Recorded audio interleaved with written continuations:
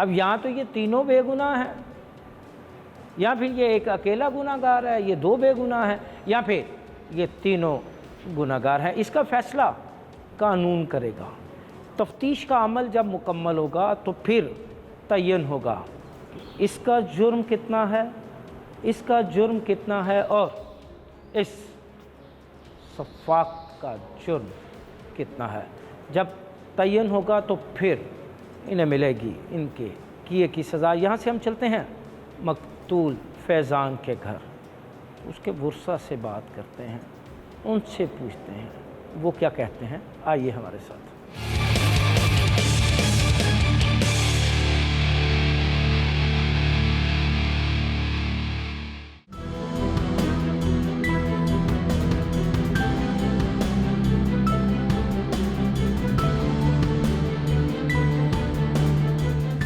میرے ساتھ موجود ہیں معصوم فیضان کے والد تنویر۔ تنویر نے اپنے بیٹے کو بھیجا تھا ان سفاک ملزمان کے پاس ڈھول سیکھنے کے لیے، تاکہ ڈھول بجانا سیکھ کے گھر سے غربت کے آثار کم کرنے میں وہ اس کی مدد کر سکے۔ مگر اسے کیا معلوم تھا کہ وہ اپنے ہی ہاتھوں اپنے بیٹے کو موت کی وادیوں میں دھکیل رہا ہے۔ غم بڑا ہے، الفاظ سے اس کا مداوع ممکن نہیں۔ کوشش کرتے ہیں ایک باپ سے اس کے بیٹے کی موت پہ گفتگو کرنے کی۔ افسوسناک واقعہ ہے، اللہ تعالیٰ آپ کو صبر جمیل عطا فرمائے۔ کیا کہیں گے، کیسے ہوا یہ سب کچھ؟ یہ سب کچھ ایسے ہوا کہ جس کے پاس میں نے بھیجا تھا نا، وہ اس کو اپنا بیٹا بنا کر لے کر گیا تھا ادھر سے۔ اس نے کہا تھا کہ یہ ہمارا بیٹا ہے، ہمارے پاس نہ بیٹی ہے نہ بیٹا ہے، اور اس کو میں بیٹے جیسا رکھوں گا۔ اس کے پاس رہا ہے، اس نے آگے بھیج دیا کسی اور کے پاس، اس کے سسرال تھے وہ لڑکے کے، اپنے بھانجوں کے پاس؟ اپنے بھانجوں کے پاس۔ انہوں نے اس کے ساتھ بہت ظلم کیے ہیں، بہت زیادہ ظلم کیے ہیں۔ اور جب فیضان کی بہت زیادہ نازک طبیعت ہو گئی تھی، فیضان نے ادھر سے بھاگا ہے، وہ اس کے پاس آیا ہے، اور اس نے تقریباً 8 دن اپنے پاس رکھا۔ اس کے ساتھ ظلم ستم ہوئے، وہ اس کے پاس آیا، اس نے اپنے پاس رکھا، اور مجھ کو اس نے کال کی۔ جب کال کی تو میں نے پوچھا فیضان کیا بات ہے، آپ پریشان ہیں، رو رہے ہیں، کیا بات ہے؟ کہتا ہے ابو میری طبیعت خراب ہے، اور میں نے چھوٹے بھائی کو بھیجا، وہ اس کو لے کر میرے پاس آیا۔ جب میرے پاس آیا تو اس کی حالت بہت زیادہ نازک تھی۔ میں نے ہر ہاسپٹل میں، ادھر ننکانہ صاحب، جڑاں والا، کھنڈا، بچے کی، جڑاں والے اور لاہور تک گیا ہوں۔ ہر ہاسپٹل میں؟ ہر ہاسپٹل میں گیا ہوں۔ میری یہی کوشش تھی کہ ہمارا بچہ ہے، اس کی طبیعت زیادہ نازک ہے، اور ہماری کوشش یہی تھی کہ جلد سے جلد ٹھیک ہو جائے۔ لیکن ہمیں کیا معلوم تھا کہ اس کے ساتھ ستم کیا ہوئے تھے۔ سب کوششوں کے بعد اس کا پیٹ میں کینسر ہو گیا، انہوں نے ظلم ستم کیے اور پیٹ میں کینسر ہو گیا، اور پیٹ کا آپریشن ہوا۔ اچھا، آپ لوگوں کی پہلے کوئی صلح پہ بھی بات چیت چل رہی تھی؟ کوئی ایسی تھی کہ آپ نے اس بندے کو پکڑوایا جس کا نام ہمراز تھا؟ جی، تو اس کے ساتھ پھر تھانے میں صلح بھی ہو گئی تھی آپ کی؟ نہیں، ہماری صلح ان کے ساتھ نہیں ہوئی۔ وہ نا بڑے بھائی تھے، انہوں نے درخواست دی تھی، اور وہاں کے جو ایس ایچ او ہیں، دوسرا سید والے تھانہ سید والے میں جو رہتے ہیں، ان کے ساتھ ان کی بحث ہوئی۔ انہوں نے نہ درخواست لی اور نہ پرچہ کیا، اور خالی کاغذات پہ اس کے میرے بڑے بھائی کے دستخط خط لیے اور انڈوکھا لگوایا۔ اسے نہیں پتہ تھا وہ کیا چیز ہے، مطلب ہے کہ جب خالی کاغذ تھا، خالی پیپر تھا، کوئی پتہ نہیں تھا اس کو بھی صلح نامہ ہے، کیا چیز ہے، کیا چیز ہے۔ اچھا، آپ کے کتنے بچے میں ہاسپٹل میں تھا۔ آپ کے کتنے بچے؟ ہمارے 3 بیٹے ہیں، 1 بیٹی ہے۔ یہ 3 بیٹے؟ یہ گھر میں سب سے بڑا تھا؟ یہ سب سے بڑا تھا۔ اچھا جی۔ تو آپ نے اس کو ڈھول سیکھنے کے لیے بھیجا وہاں پہ؟ جی۔ آپ خود کیا کام کرتے ہیں؟ میں راجگیری کا کام کرتا ہوں، مستریوں والا۔ اچھا۔ میں لاہور میں کام کر رہا تھا، اور میرا جو والد صاحب ہیں ابو، انہوں نے بھیجا تھا، میں نے نہیں بھیجا تھا۔ وہ بڑے ہمارے ابو تھے، جیسے انہوں نے کہا میں نے کہا ٹھیک ہے، اور میں نے 1-2 دفعہ ان کو منع بھی کیا کہ ابو آپ نے نہیں بھیجنا ہے،